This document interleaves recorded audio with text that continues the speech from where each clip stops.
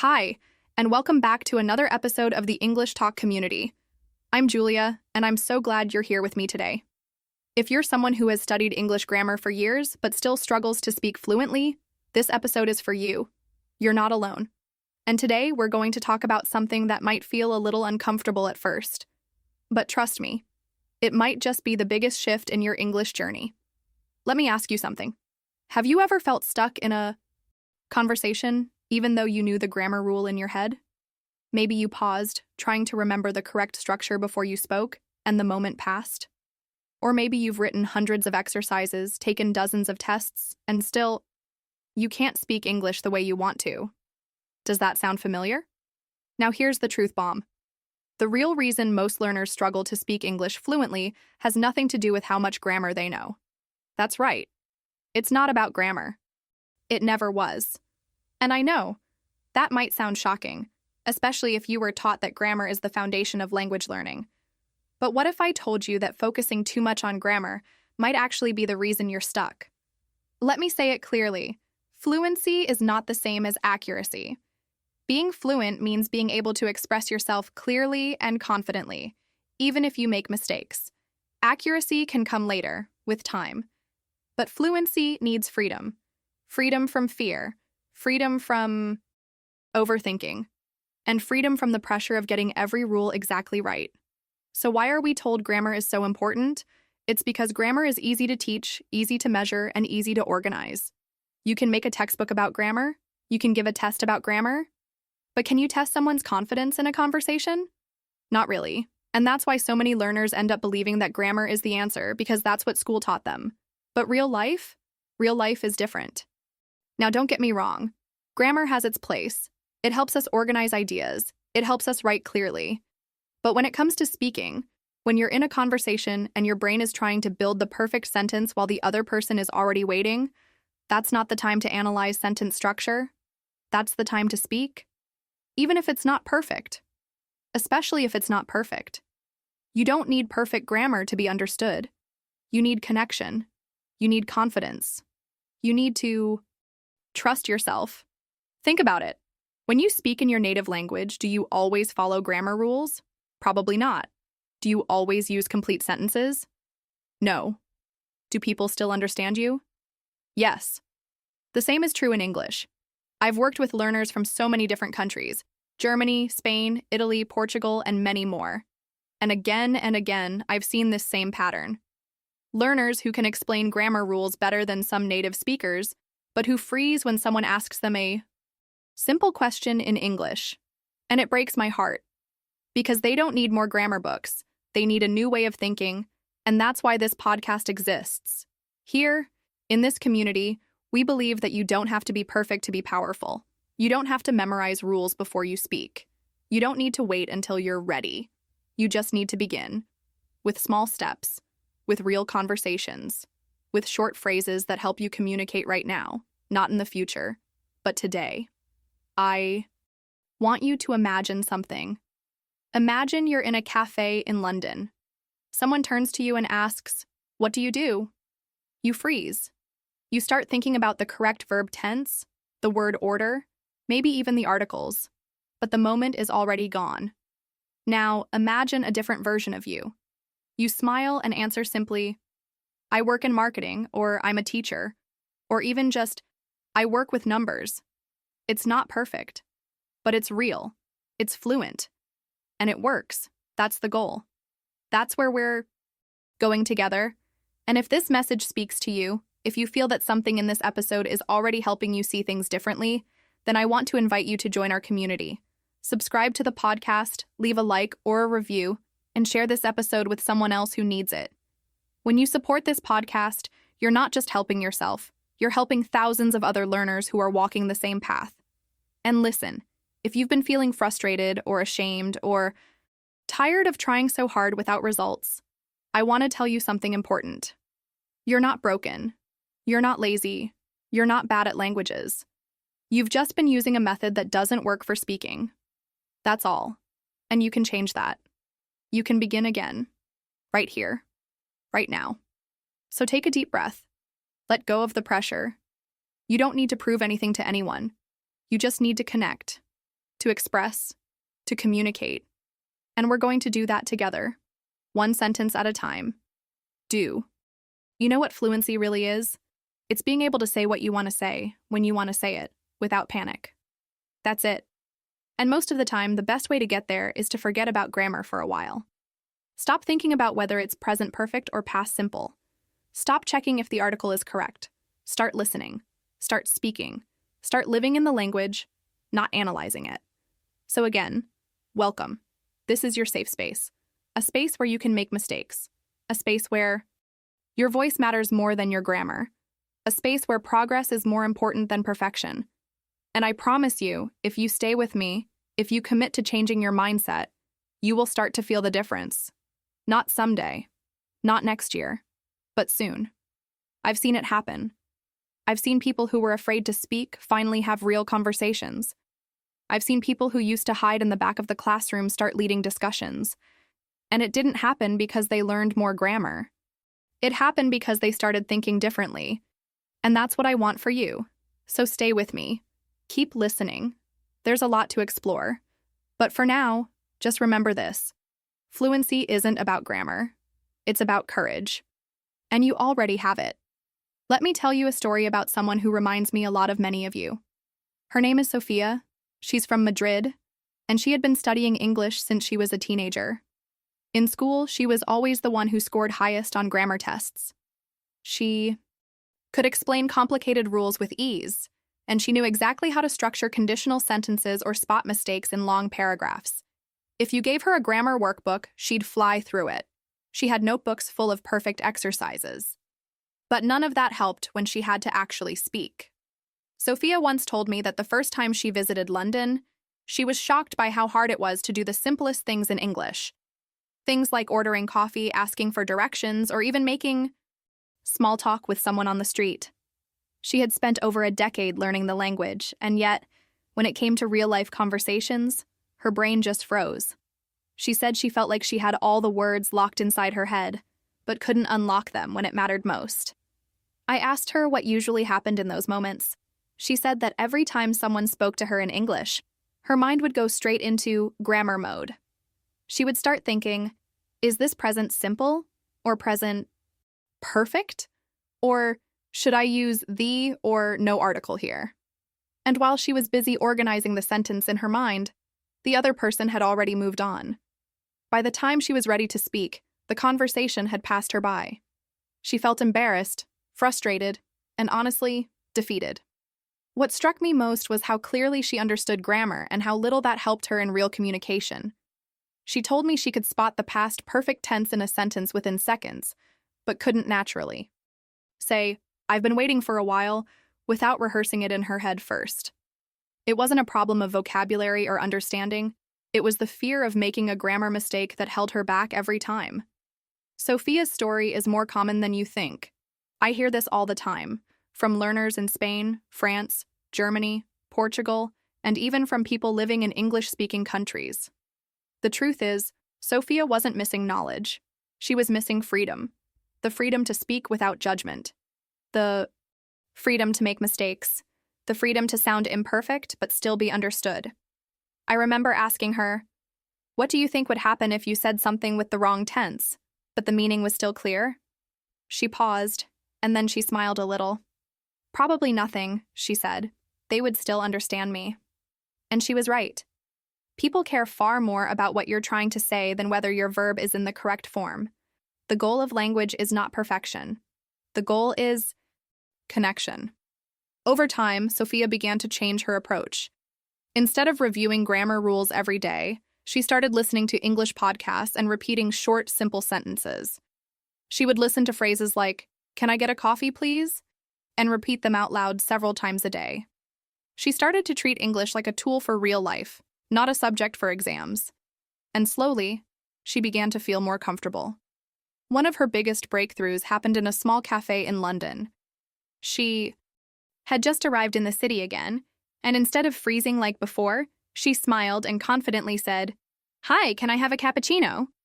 It was a short sentence, nothing fancy, but she said it clearly without overthinking, and the person behind the counter responded with a smile.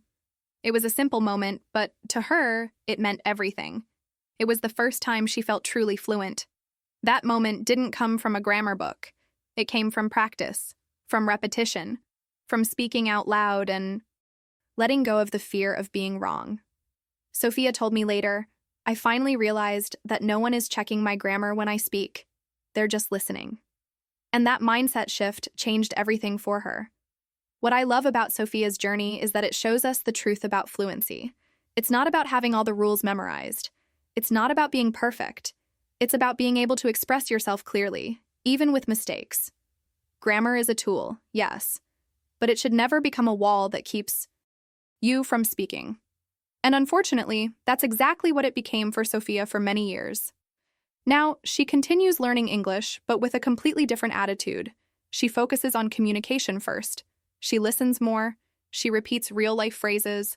She watches short videos and tries to shadow the sentences. She practices small talk instead of memorizing definitions. And yes, her grammar is still there. It didn't disappear. But now it serves her instead of controlling her. If you've ever found yourself in Sophia's shoes, knowing all the rules but feeling like you can't speak, I want you to remember this. You don't need to be perfect to be understood. And you don't need to master grammar before you start talking.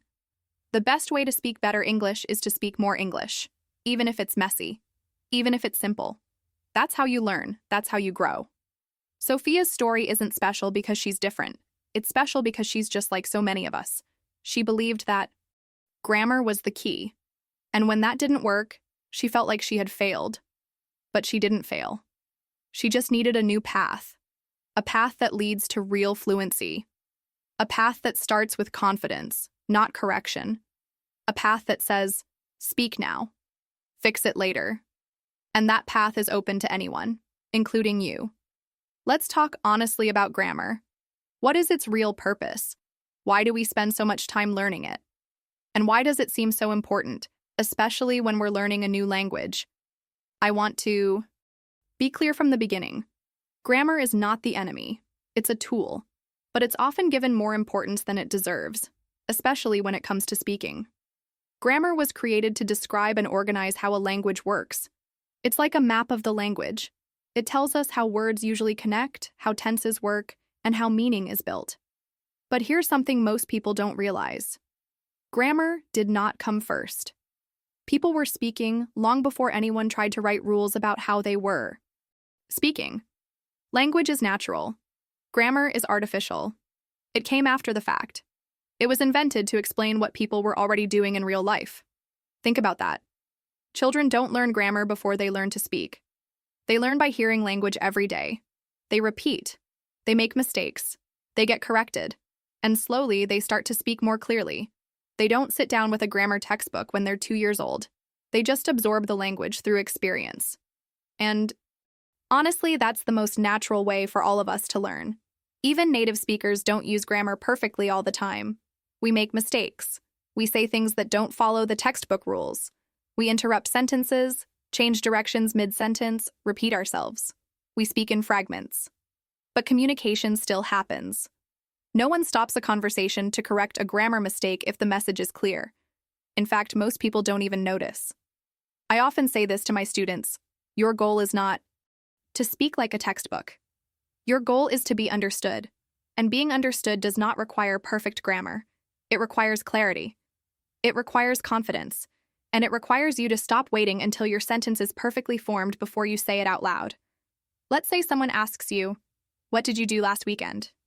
You might pause and think, okay, past tense, I need to say, I went, not I go. And maybe you say, I go to the beach. That's a mistake. But guess what? The other person still knows exactly what you mean. They don't stop and say, wait, that was the wrong verb tense. They just say, oh, nice. Which beach did you go to? Because the message was clear. That's what matters. When I was learning French many years ago, I made a lot of grammar mistakes.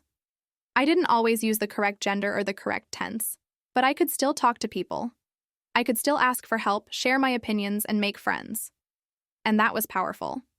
I didn't wait until I was grammatically perfect to start speaking. If I had, I would still be silent today. I understand that grammar feels safe. When you study grammar, it gives you the sense that you're doing something structured and useful. You can track your progress. You can feel like you're in control. But the truth is, grammar alone won't make you fluent. And if you wait until you know enough grammar before you start speaking, you'll be waiting forever. Fluency is not about rules. It's about flow. It's about being able to speak without fear, to keep the conversation going, to say what you need to say in the moment. And often that means using simple words and basic sentences. You don't need advanced structures to have a deep conversation. You just need to be present and brave enough to use the language you already have. I've worked with learners who tried to build long, complex sentences every time they spoke. And do you know what happened? They got stuck. Every single time. They would begin a sentence and then stop halfway trying to fix the grammar in their head. The conversation would slow down or even die completely. On the other hand, I've seen learners who speak in short, simple sentences, some with grammar mistakes, but they speak naturally and the conversation flows. Which one do you think sounds more fluent? There's a kind of beauty in speaking simply. When you choose clarity over complexity, you give yourself space to grow. You make fewer mistakes. You stay more connected to the person you're speaking with. And you stay more connected to your thoughts. You're not constantly translating or analyzing. You're just expressing. When I meet a learner who says, "I want to sound more natural," I always tell them the same thing. Start with small, real sentences. Don't try to impress people with grammar. Impress them with your willingness to speak. Say things like, "I like this," or "That's interesting," or "I don't know, but I want to learn." These are not advanced sentences, but they are real. They are useful, and they build fluency. I want you to think about your own experience. Have you ever stopped yourself from speaking because you weren't sure if the grammar was correct? Have you ever said nothing instead of something simple just because you were afraid of making a mistake? If you have, you're not alone. But you don't have to stay stuck in that mindset. You can start changing the way you think about grammar today. See it as a tool, not a goal. Use it when you need it, but don't let it stop you from speaking. You're not taking a grammar test when you have a conversation. You're just being human. You're connecting. You're sharing. Some of the most powerful conversations I've had in my life were with people who didn't speak perfectly, but they spoke with honesty, with courage, and with a desire to connect. And in the end, that's what fluency really is. I want to tell you about someone who made a big shift in the way he learned English and saw a real difference in his fluency. His name is Daniel, and he's from Berlin. He's an engineer, and for most of his life, he approached English the way he approached his profession, with logic, with rules, and with structure. And like many people who work in technical fields, Daniel believed that understanding grammar deeply would help him speak more clearly. So he studied hard. He read grammar books, watched grammar-focused YouTube lessons, and even created spreadsheets of verb tenses and sentence structures. If you asked him to explain the difference between the present perfect and past perfect, he could do it instantly. He was brilliant at identifying sentence errors, but when it came to real conversations, especially at work, he struggled. Daniel's company started having more international meetings. Many of them were in English, and although Daniel understood most of what was said, he couldn't keep up when it was his turn to speak. He would begin a sentence, stop, correct himself, try again, and sometimes just give up and switch to German if others around him understood it. It wasn't because he didn't know English. It was because he didn't trust himself to speak it without making mistakes. He told me that during meetings, his brain would be full of English phrases, but he couldn't choose the right one in time. He was always trying to build the perfect sentence in his mind, and by the time he was ready, the moment to speak had passed. He felt slow. He felt frustrated. And worst of all, he felt like he was falling behind in his job, even though his knowledge of English grammar was stronger than most of his colleagues. Eventually, Daniel realized something had to change. He was tired of studying and not improving. So he started searching for new methods, something more practical, something that matched how people actually use English in real life. That's when he discovered a different approach. Instead of focusing on grammar exercises, he began listening to real English every day. He started small, short podcast episodes, conversations between native speakers, real stories told in simple English. He didn't try to understand every word. He just listened. At first, it was hard. He had to resist the temptation to pause the audio and look up every grammar detail. But slowly, something started to shift. The rhythm of the language became more familiar. Common phrases started to repeat themselves, and his brain began to recognize patterns, without any grammar charts. Then he added something else to his routine: repetition. Every morning during his commute to the office, he would listen to one 5-minute audio clip. And for the entire week, he would listen to the same clip again and again. He didn't just listen, he repeated out loud. He would hear a sentence like, "I'm working on a new project," and he would say it to himself 10 times. Then he'd change the subject. "She's working on a new project." "We're working on a new project." He turned each phrase into a pattern he could use, not just a rule he understood. After a few weeks, Daniel noticed something. In his next meeting, when someone asked him a question, he didn't stop to build a sentence. He just answered. It wasn't perfect, but it was smooth. He didn't freeze. He didn't panic. He said what he wanted to say, using one of the sentences he had practiced that week. And guess what? The other person understood him completely. This was a breakthrough for him. For the first time, he felt what fluency really means. Not perfect English, but confident English. The kind of English where you don't have to stop and think about every single word. The kind where the sentence comes naturally because you've heard it so many times before. Daniel didn't stop there. He continued his new routine. Every week, he chose a new set of phrases. He listened, he repeated, and he practiced using those same sentences in his real life. When writing emails, he used them. When talking to colleagues, he used them. When thinking in English, those phrases became his default tools, and the more he used them, the more flexible he became. Eventually, Daniel told me that he stopped focusing on grammar almost entirely, not because it wasn't useful, but because he finally understood that grammar knowledge without speaking practice is like owning tools you never use. They just sit there collecting dust. What helped him was not studying the tools, but building something with them. His story is such a powerful example of how real fluency comes from exposure and repetition, not from textbooks, not from memorizing verb charts, but from hearing the language, saying it out loud, and using it again and again in real situations. When you train your brain to recognize and use natural English patterns, you don't need to stop and think about grammar. The grammar takes care of itself. Daniel still makes small mistakes. We all do. But now he speaks up in meetings. He leads discussions. He explains technical concepts in English without hesitation. He told me something I'll never forget.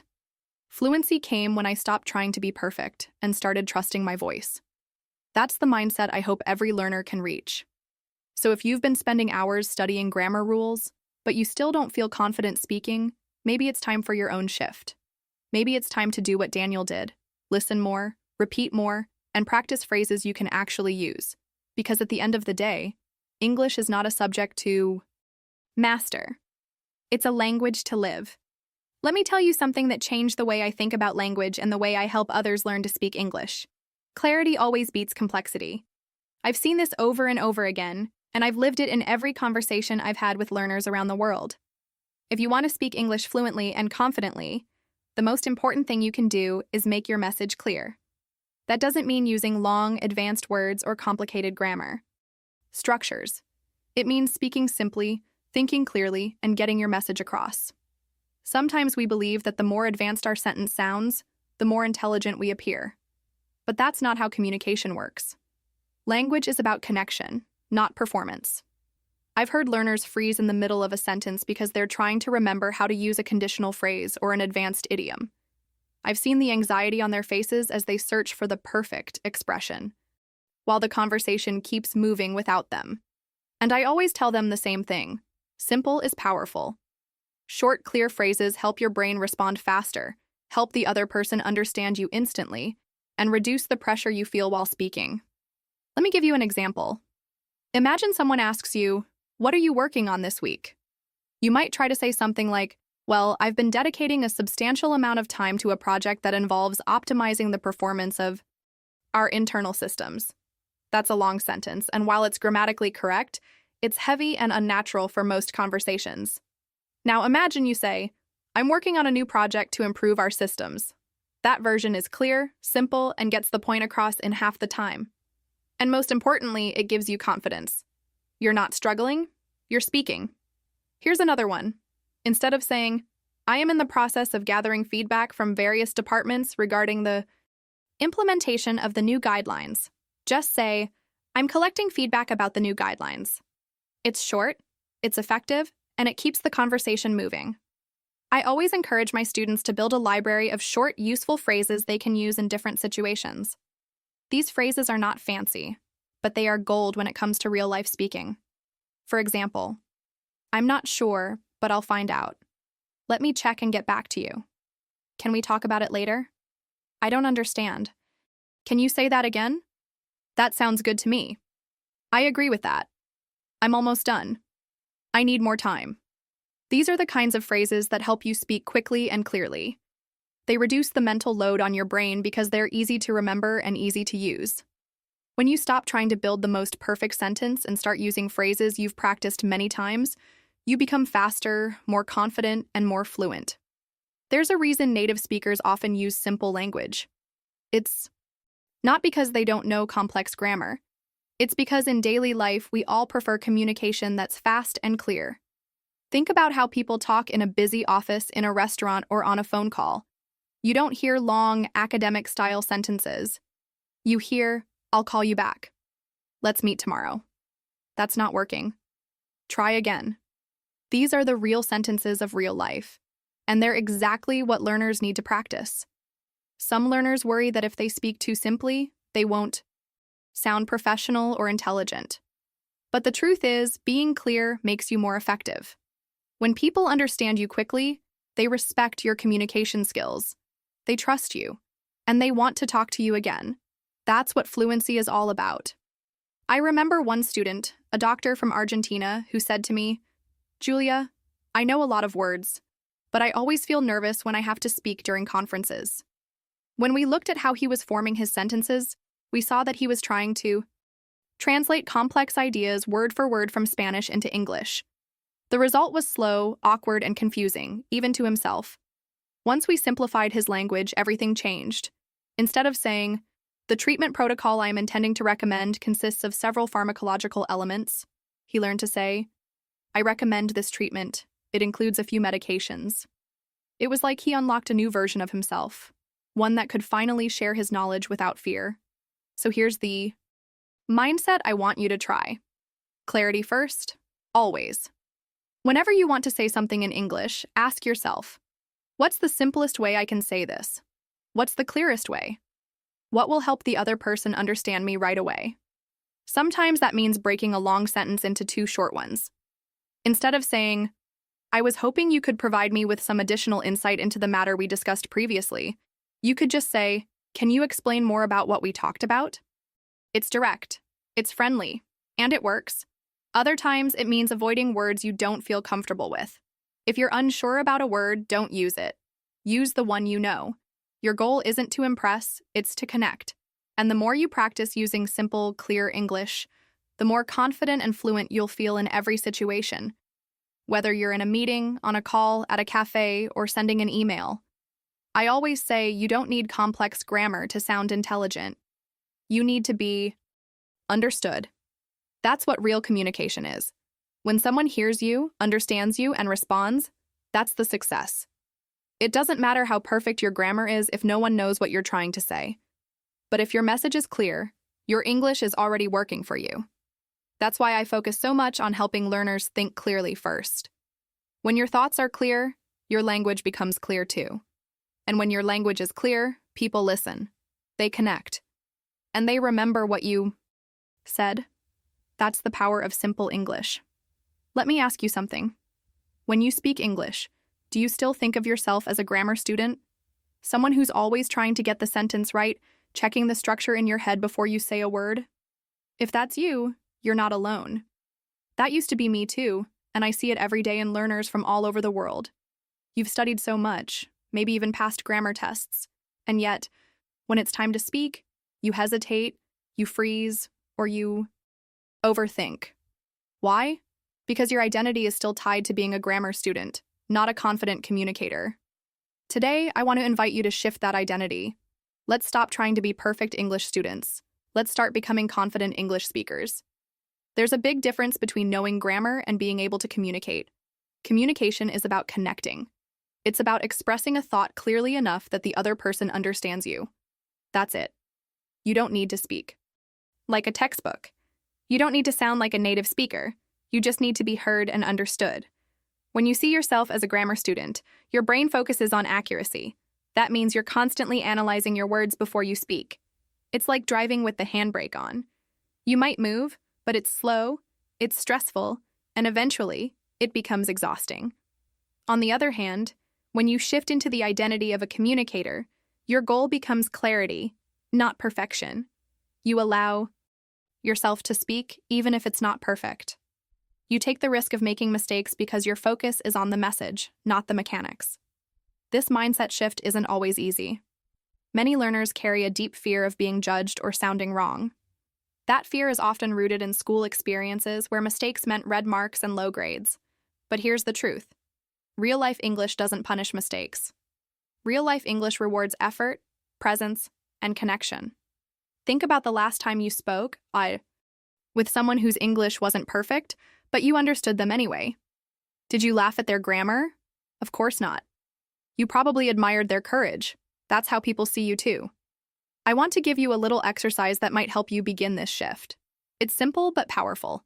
Every day, imagine a real-life situation where you would need to speak English.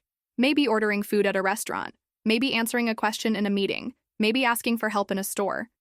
Now, instead of writing the perfect sentence or translating it in your head, just say it out loud. Use simple words. Say it as if you were there. Don't correct yourself. Don't worry about mistakes. Just speak. For example, let's say you're in a coffee shop. In your mind, place yourself at the counter. The barista asks, "What would you like today?" And you say out loud, "Hi, I want a medium cappuccino, please." That's it. You don't need to say, "I would like to order," or "Could I possibly have?" Just speak. Clearly, simply, confidently.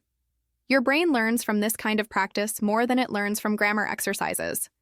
When you do this kind of mental rehearsal, you're training your brain to become more comfortable with real communication. You're creating new pathways. You're building the skill of expression, not just the knowledge of structure.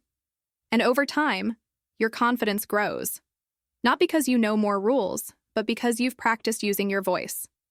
I've worked with students who spent years afraid to speak because they were waiting to feel ready. They thought, "I'll start speaking once I know more grammar, once I memorize more vocabulary." But the truth is, readiness doesn't come from knowledge alone. It comes from action, from speaking, from making mistakes and seeing that the world doesn't end. In fact, when you speak imperfectly and still get your message across, you gain something even more valuable than accuracy. You gain confidence. You become someone who can navigate a conversation, who can handle surprises, who can adapt and stay calm. That's what fluent people do.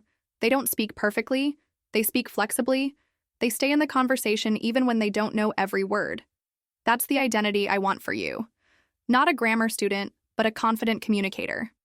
If your goal is to sound like a native speaker, let me gently remind you that even native speakers make mistakes.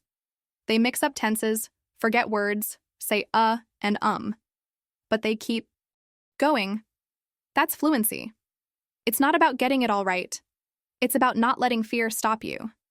The next time you catch yourself hesitating because you're afraid of making a mistake, stop and say to yourself, "I'm not here to impress. I'm here to express." That one phrase can change everything. You're not in an exam. You're in a conversation. And in conversations, connection matters more than correction. So let go of the need to say it perfectly. Say it simply. Say it clearly. And most importantly, say it. Fluency doesn't come from silence. It comes from sound. It comes from practice. It comes from speaking up again and again until your words start to feel like they belong to you. Let's take a deep breath together. Now imagine the version of you that speaks English with ease. Not because you memorized all the grammar, but because you stopped waiting to be perfect and started trusting your voice. That version of you is possible, and it begins with a shift, not in your language, but in your mindset. Let me share something that completely changed the way I speak languages. and something that I now teach to all my students. If you've been spending a lot of your time trying to understand grammar rules, memorize verb conjugations, or translate everything in your head before you speak, I want to show you a better way. A way that actually works. A way that helps your brain stop translating and start thinking in English automatically. It's called building automatic. Sentences, also known as chunks. Chunks are short phrases that native speakers use all the time. They are not full grammar lessons. They are real-life expressions, the kind that come out naturally in conversations. Things like, I'm not sure. That sounds great. Let me see. What do you think? These are not isolated words you have to build every time. These are ready-to-use pieces of language that you can take and apply immediately. And when you use them often enough, they become automatic. Think about how you use your native language. You don't build sentences word by word. You speak in chunks. You don't think subject, verb, object. You say the phrase that fits the situation. That's why this technique is so effective. Instead of analyzing grammar rules, you're building a bank of useful expressions that roll off your tongue without effort. Here's how you can start today. Choose 3 useful English phrases. Just 3. Don't pick long or complicated ones. Start with common, everyday expressions that you might actually use. For example, can I help you? I don't think so, or that makes sense. These are short, natural, and practical. Write them down. Listen to them. Repeat them out loud multiple times. Then use them in your thoughts throughout the day. The goal is not just to memorize these phrases, but to live with them. Repeat them so many times that your mouth gets used to saying them. Your brain starts to accept them as familiar. You hear them, you say them, and eventually you own them. When you hear, that makes sense, you don't translate it anymore. You just understand it. When it's your turn to speak, the phrase comes out without hesitation. Let me give you an example from my own experience. When I was learning a second language, I used to try and form every sentence from scratch. It was exhausting. I had to think about grammar, vocabulary, pronunciation, all at the same time. Then I started collecting chunks. I stopped studying verbs and started studying phrases like, it depends, I'll get back to you, and I have no idea. I practiced saying them out loud while walking, cooking, or waiting in line. Soon, I didn't need to think. These sentences were just there, ready for me to use. That's the magic of this technique. It frees your brain. It creates fluency, not by knowing everything, but by knowing enough useful expressions that you can keep the conversation going. And the best part is, it reduces stress. You're not stuck trying to remember a rule. You're simply using language that already feels natural to you. I know many learners feel pressure to study more grammar, but I want you to pause and ask yourself, have all those grammar lessons helped you speak more confidently? Or are you still hesitating, translating, and doubting yourself? The truth is, grammar has its place. But real fluency is built through repetition of real sentences. Not rules. Sentences. Sentences that fit real situations. When you practice 3 new phrases a day, you're doing more for your fluency than a full hour of grammar drills. That's because your brain learns best through patterns and repetition. Just like a musician practices scales or an athlete practices the same move, you're training your brain and mouth to work together. And when you do it every day, even for just a few minutes, the progress adds up fast. You don't need to wait until you're fluent to use these phrases. You use them to become fluent. That's the key. And remember, repetition is your best friend. The more you repeat, the more automatic the phrases become. If you only practice once, your brain forgets. But if you say it 10 times, 20 times while walking, while brushing your teeth, while cooking, it starts to stick. It becomes yours. Start small. 3 phrases a day. That's it. Write them down in a notebook or on your phone. Record yourself saying them. Listen back. Use them in imaginary conversations. Use them when you speak to yourself. And when you do, speak with someone else, these phrases will come out naturally. You won't need to search for words. They'll already be there. If you want to push yourself a little more, take the phrase and use it in different situations. For example, if today's phrase is, I'm not sure, try saying it in 3 different contexts. I'm not sure what you mean. I'm not sure if I can go. I'm not sure about that. This helps your brain see how flexible the phrase can be. It's not just a fixed sentence. It's a tool. And the more tools you have, the easier it becomes to express yourself in any situation. This is how you begin to think in English. Not by translating word by word, but by using full phrases that carry meaning, rhythm, and context. And you don't have to learn thousands of them to feel fluent. Just a few dozen well-practiced chunks can make you sound natural, relaxed, and confident. So choose your 3 phrases for today. Say them out loud, repeat them often. Make them yours. This simple habit, done consistently, will change the way you speak forever. Kiara is one of those learners whose story stays with me, not because she did something extraordinary, but because she did something incredibly real. She changed her approach.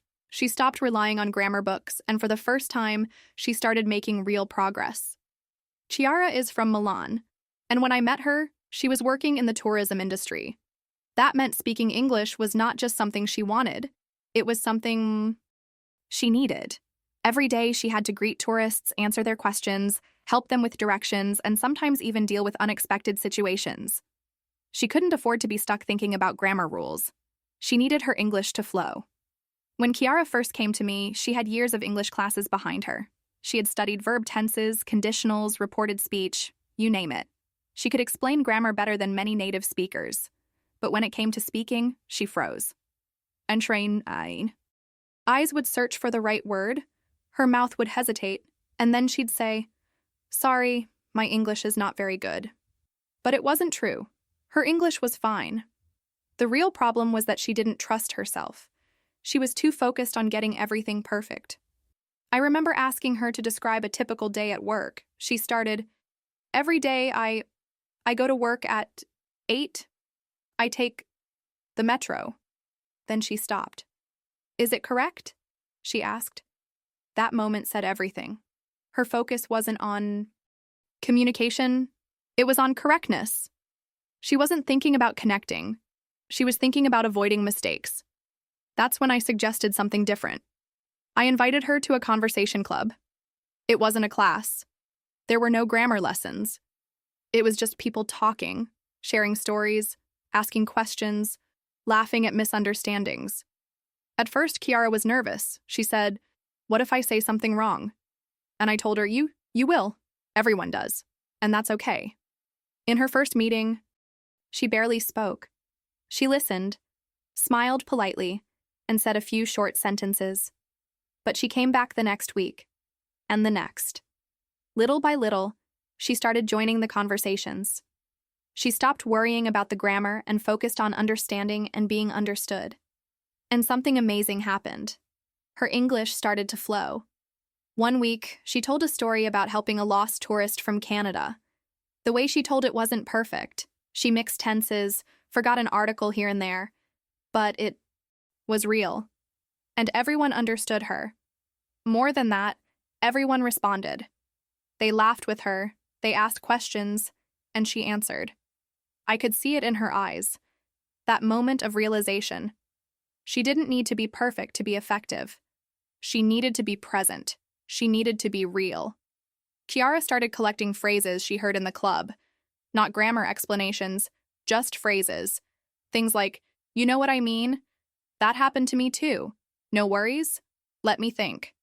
She wrote them in a little notebook and practiced them when she walked to work. She even recorded herself saying them. And slowly, these phrases became automatic. One day she came to the club, smiling, and said, "Julia, I helped an American couple today and I didn't even think about grammar." That was the moment I knew she had crossed a threshold. She was no longer trying to remember rules. She was simply communicating. The biggest shift wasn't in her grammar, it was in her confidence. And that confidence didn't come from more studying. It came from more using, more speaking, more making mistakes and realizing the world doesn't end, more feeling the language instead of analyzing it. Her colleagues noticed the difference. One of them asked her, "Did you take a new course?" And she just smiled. She hadn't taken a course. She had taken control of her learning. She stopped trying to be perfect and started trying to be present. Kiara still makes mistakes. We all do. But now she speaks freely. She connects with people. She handles difficult situations in English without panicking. She no longer apologizes for her English. She uses it. She owns it. What I love most about Kiara's story is that it shows what happens when you let go of the pressure to be correct and focus instead on being clear. When you prioritize connection over perfection. When you stop seeing English as a subject to be studied and start seeing it as a tool to be used. Her progress wasn't magic. It was the result of daily, imperfect practice in real conversations. The kind of practice that rewires your brain and teaches you what no grammar book can, how to truly communicate. Chiara's journey reminds me that the most powerful way to improve your English is not to isolate yourself with books and rules, but to engage, speak, listen, respond, and stay open to the moment. She didn't need more grammar drills. She needed more real-life English. And once she found it, her fluency took off. Before we finish today, I want to leave you with a small, gentle challenge. Nothing too big, nothing overwhelming, just something simple that can help you take one step closer to fluency. And this challenge is not about studying or memorizing, it's about doing. It's about using your English in a way that feels real and personal. Here's what I want you to do. Think of one phrase you would actually use in a real situation. Just one. Maybe it's something like, "Can I help you with that?" Or, "I'd like a coffee, please?" Or, "What time?" Do we start? It can be something you'd say at work, at a coffee shop, at the airport, on a video call, anywhere. Choose something useful.